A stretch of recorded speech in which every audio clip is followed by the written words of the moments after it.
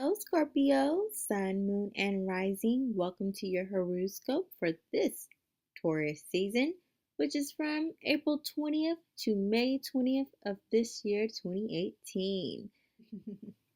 I wanted to switch it up a bit and just film myself until the camera dies, because it will die. It's still not fixed. It's not 100% yet. But it's almost there, and so I'm excited. And so I guess being excited, I'm just gonna film myself while I'm doing this, right? So anyhow, just like I said in all the other videos, I can't account for how other astrologers and how they do their horoscopes, or how anyone else does their horoscopes. I can only account for myself. And I I studied, ancient Kemet, um, which we refer to as ancient Egypt, even though that's not what they called themselves. It's what the Greeks called them. It is what it is. But I have studied them for a very long time, and I am being guided by my ancestors and also by my higher self, which is what we all should be guided by. And once we get to know who we are, and where we come from, where we stem from, our lineage and our ancestry, then we'll be able to better understand um, our powers and what we were sent here to do, and so that we can use our powers to do that, as opposed to being afraid of our purpose. And so yeah, I know it's difficult to talk about being brazen, and just being a brazen person if you're not showing your face and saying, you know what, I'm not afraid, which I'm not. I'm totally not afraid. Literally, it was just my camera. And I'm the type of person, everything needs to be perfect. And I had to get out of that too. Like, uh, what needs to be perfect is the message. The message needs to be heard and understood, and brought forth in a way that can be, there can be no misinterpretation of what is trying to be conveyed. So as long as that is perfect, then I should be satisfied, and I'm coming to understand that. So, I don't know why I wanted to talk to y'all, Scorpios, differently than how I talk to everybody else. Um, Maybe it's possibly a lot of the Scorpios I've been working with, a few of my clients, and even a few of my close friends are having varying difficulties in their lives. But the the the link between them all, what is similar between them all, is that they're going through a major transformation, and this transformation is difficult. It's very unsettling. It's a time in which introspection needs to be had. So that's why I'm looking comfy right now, and I'm showing you. I got my red and all that good stuff. You know what I'm saying? And the healing green and all that. It's needed. It's needed for Scorpio. So I'm gonna come back and talk to you guys, but real quick, I need to give you guys some what's going on in the sky, and how that relates to you all, Scorpio, Sun, Moon, and Rising. And I'll do that off camera, because, like I said, this is gonna cut off any moment, and I don't want to be talking and then realize, oh shoot, I said all of that and none of it was recorded. That would suck. All right, so I'll see you guys in a bit. So as I said before, Scorpio, I can't account for how other astrologers do their horoscopes. I only can account for myself, and I am guided by my ancestors. I am guided by my higher self, and I use a lot of their techniques for today. So back during the time of Kemet, they had several different calendars running simultaneously while still correlating with each other. I will do a separate video on the calendars of Kemet, but for the sake of this video, I will simply do an overview of their astronomical calendar. So, their calendar consisted of 12 months in a year, each month consisting of 30 days, and they had 5 days added to the end of the year, making it a total of 365 days in a calendar year. Since the Gregorian calendar is imperfect, yet we still use it today, I have decided to still honor the original astronomers of this world while still connecting it with the tropical Western zodiac we use commonly today. So instead of going by Gregorian calendar months, I go by the seasons of the zodiac. There's roughly 30 days in each season. So, just like the astronomers of Kemet, I divide the season into 3 decans. I determine which decans are cardinal, fixed, mutable by planetary positions and other things. And then in meditation, I send forth Haru to retrieve any messages from the Watchers of the Hour, which is what they call the constellations during that time. We all have the power to um, access our higher selves, access our own personal Harus, to go forth and to scope the land, to survey the land, and to bring forth back any information that is pertinent and very important to us so that we can be able to make wise decisions.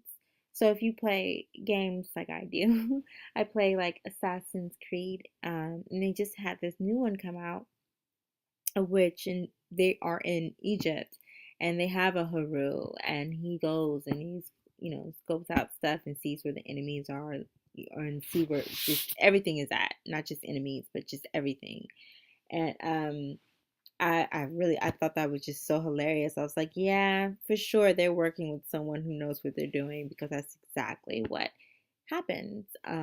It's our higher inner higher Haru. So, anyhow, Scorpio, what does that mean for you? What's happening in the skies? So, this is Taurus season. So, the first decan was from April 20th to the 30th. I know I'm late with your video, but I was dealing with a lot of folks who were dealing with a lot of things going on in their lives, and I kind of got pushed back with everybody else's videos. But I'm here. So, Scorpio, the first decan was from April 20th to the 30th. It was a cardinal decan, so it's a time to ask what is being initiated, what's happening, um, that I need to be aware of that's getting started in my life or being refreshed and renewed. So, Mercury is in Aries. Of course, we know the sun is in Taurus. Mercury is in Aries. Mars, Saturn, and Pluto are all in Capricorn. Pluto is retrograde right now. Jupiter is in Scorpio. Neptune is in Pisces. Uranus is in Aries. Venus made a very important move into Gemini on the 25th of April.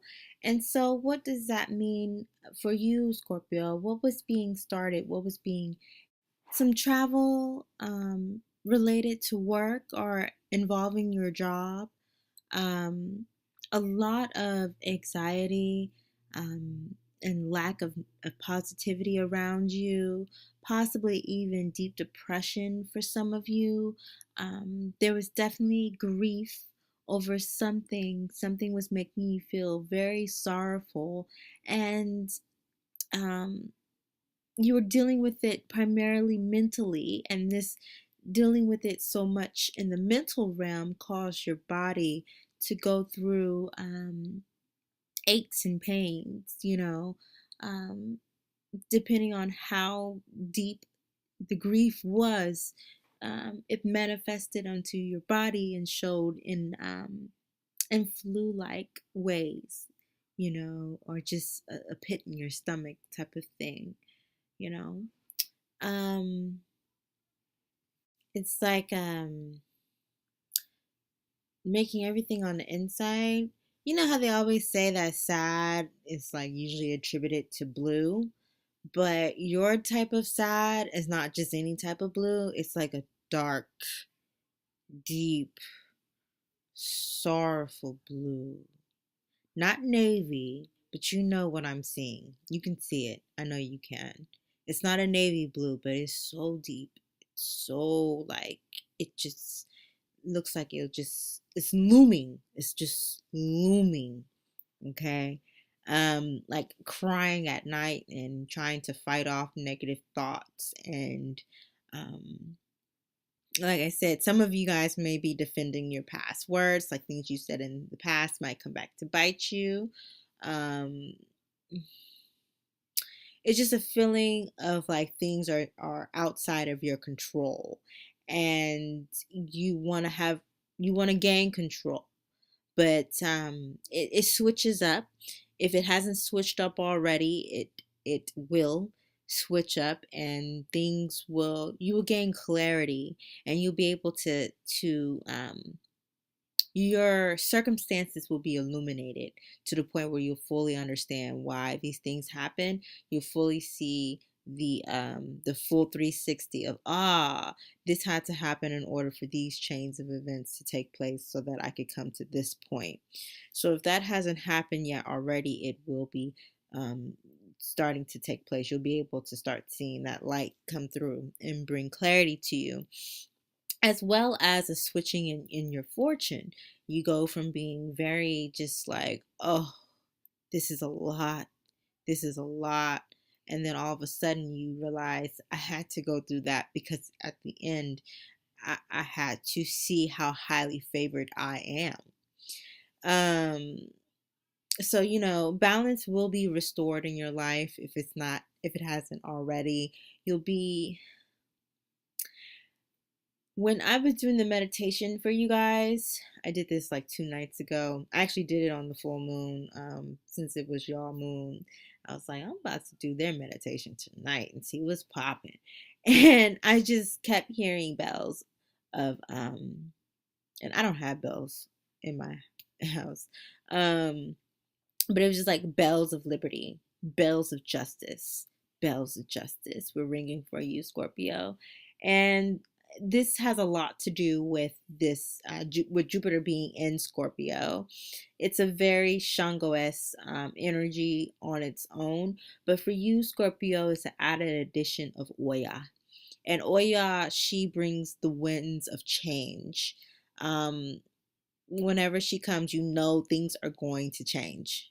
You know, it's inevitable. It's going to happen. You just know. And she comes, and she was actually one of Shango's consorts, or wives, or however you want to, whichever story you want to take it from. But she's bringing you, Scorpio. She's bringing you strength. She's bringing you courage. Okay. She's bringing you a control over your passions. That was one thing that Shango um, was essentially able to do that Ogun couldn't quite master, is how to kind of sway the winds of Oya. She's like, I'm independent, I'm on my own, I do it how I want to be, I do it how I want to do it. Okay? I don't need you. But it was something about Shango that kind of like quelled her to the point where she wasn't docile, but she was still strong, you know. Um, but she had a higher purpose for herself. Anywho, I'm not about to get all into that. But if you want to take it, let's just put it this way. Beyonce, her moon is Scorpio. She has a Scorpio moon. In Santeria, they call Oya Yansa or Yanse. Yanse. You take it how you want to take it. You can take what information you want to take from what I just said. I'm going to leave it at that. But also with Oya, the energy that she brings of the winds and what have you, she is also the one who changes the hands of fortune. So she'll take a treasure or a fortune or something great out of somebody else's hands, out of one place, and she'll relocate it to another, into somebody else's hands. And so I feel that energy for you, Scorpio, especially the moon Scorpios. If you have a Scorpio moon or if you have a sun Scorpio, I definitely feel it for you that you're about to receive an inheritance. Something is going to change hands. It's going to be taken from another person and put into your hands. Kind of like how tornadoes, how they jump houses. If you live in tornado country, or if you ever been in a situation in which a tornado hit while you were present, uh, there's all types of stories of how tornadoes would literally jump over a house, hit every other house on the block, but will jump that one house. It happens. So it's very much so. Oh yeah. Anyhow, that's the first decan for you, Scorpio. This is what's being initiated, what is starting in your life. Now, the second decan, which is from May 1st to May 10th, is it's fixed. So ain't nothing changing in the skies. Everything's pretty much staying the same. So it's providing you a stable energy that whatever you were working with or starting up in the beginning of the season during the first decan, you have more stabilized energy to be able to continue doing what you were doing, or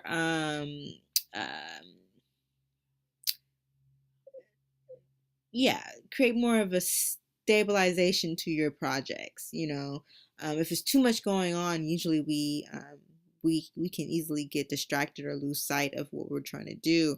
But if clouds are you know away, the sun is out. It might have been a little cloudy the first week, but the next week it's not overcast. The sun is out, burning away the clouds. You're able to get way more done. And then the next week, if you got enough done during the first 2 weeks or during the first two decans, then you're for sure going to be very successful in the third decan, because you've been stacking up and getting ready for that, for the finale, right? For the end of the season. So it's always good to ask for each season, what are some of the obstacles that I need to prepare for and get ready for so that I can overcome them? I have more likely of a chance to overcome them. For you, Scorpio, your obstacles to be aware of are being uncertain or very unclear on a situation. You were at first scared of this transformation that you are going through, that is taking place in your life currently, and you're finally ready to take flight. Like that baby bird that just, um, it knows it's ready, but it's scared. It's frightened by this new world that is right there, ready to be explored, ready to be, taken behold of. And so either you're gonna just jump, or Mama Bird is going to come and push you out the nest, because Mama Bird knows that you need to go, you need to fly, you need to spread your wings, you need to know your capabilities, and to face your fears. So don't be that one bird that has to get pushed out by Mama Bird. Be that bird that says, I know I can do this, so let me fly. Anyhow, another obstacle that is definitely on your road, on this journey of yours, is of being fearful because you don't feel safe. Know that you are protected. You are divinely protected. Know that no harm will come to you during this transformation. Just like a like the cocoon that protects the caterpillar as it goes through its transformation into this beautiful butterfly. um, it will never be a butterfly if that cocoon was not strong enough to protect it during this very fragile time. um, you know if you mess me up during my transformation, I won't make it, I won't survive. And so that's essentially for you too. Trust in your protection. Trust in your protection. Trust in your intuition, and don't doubt the messages that you receive from Spirit, Scorpio. Also, you might find it difficult to balance your career or your work with your personal interests, your personal passions, what you feel driven in life to do. Finding that balance might be difficult, and trying to develop a balanced schedule might be difficult. But know that it is possible, and you just got to work out that business plan. You got to strategize to grow your business. You can't just go out there on a whim and think that it just will happen out of, just will happen out of thin air. It does take strategy, it does take a plan in order to achieve what you're trying to achieve.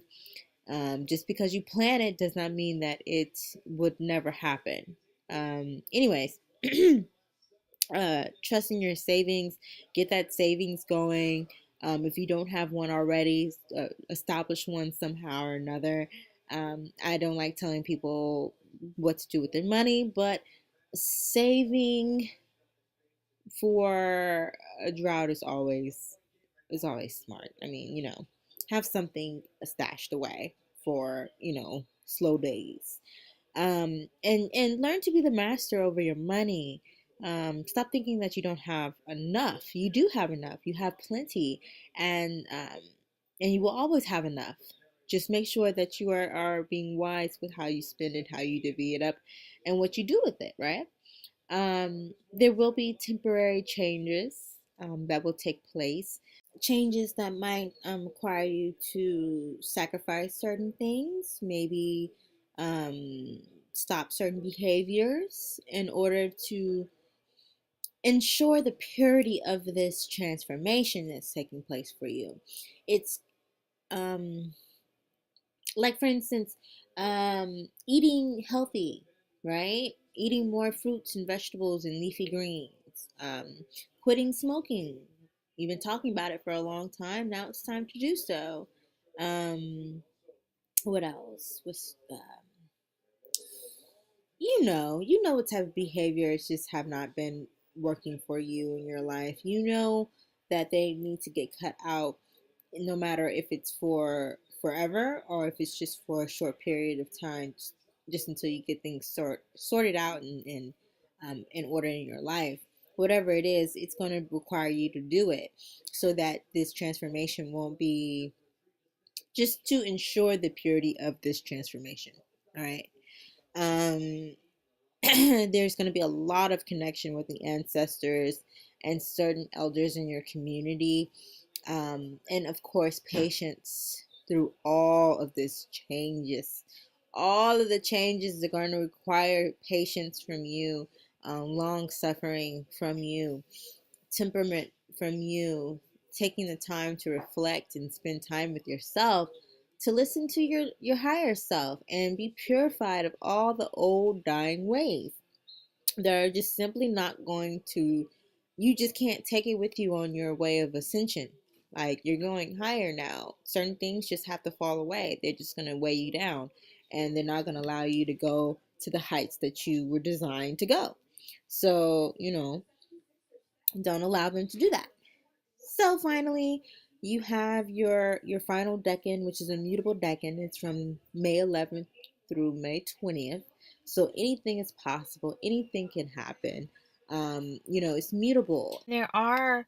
Um, there is some movement happening in the skies. So Jupiter, Neptune, Pluto all remain in their same position, in the same sign. On May 14th, Mercury moves into Taurus. On the 17th of May, Mars moves into Aquarius and Saturn goes retrograde. On the 20th, Venus moves into Cancer. And the most important shakeup, the most important shift is on May 16th when Uranus moves into Taurus. It's also happening along the same time of a very important um, festival over here on this side of the hemisphere for Oku or Oko, which is the Orisha. Um, in most pantheons, the Orisha of nature, the reach of wealth, of business, of work.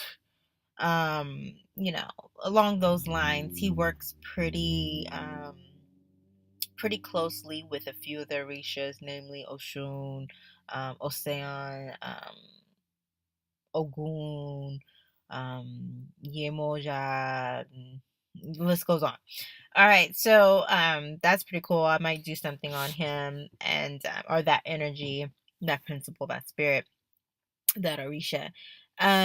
But as far as the planetary movements go, that's really important. If we're thinking about Uranus moving into Taurus, we're thinking about a lot of the economy and a major shift in the economy that happens, that takes place politically as well as economically for the past few centuries. So um, I definitely will consider doing a video on that later down the road. But for this decan, for May 11th to the 20th, it's mutable. The main message for you, Scorpio, is this: the end is the end of a heavy burden. You're going through a storm. You have to go through the storm to see the eye of the storm. Okay, and rarely do people make it beyond that. Usually you're off, you're dead if you end up seeing the eye of the storm. But you are so powerful, Scorpio, that you have that power to make it through this storm, to literally go through and see the eye of the storm and to see beyond it. Okay, to see the next day and to see it be clear and sunny again. So know that this storm will not last. Know that you are powerful. You are strong enough to make it. Freaking hate when I get startled like that. And that only happens when I do Scorpio readings. Swear to goodness. Like, there will always be something that will startle me. Goodness gracious. Okay. That's letting me know I am done with y'all reading. um Enjoy this season. I know it's been a rough start. I know it's been rough, Scorpios. Know that I love y'all, each and every one of y'all. Know how powerful you are. Know how mighty you are. Know that there is going to be some good coming out of all of this that you're going through, and just make it through. Okay, it's not the end, it's the beginning of a newness that is going to be awesome. All right. Love you. Love you. Until the next time, keep trailblazing on. Peace.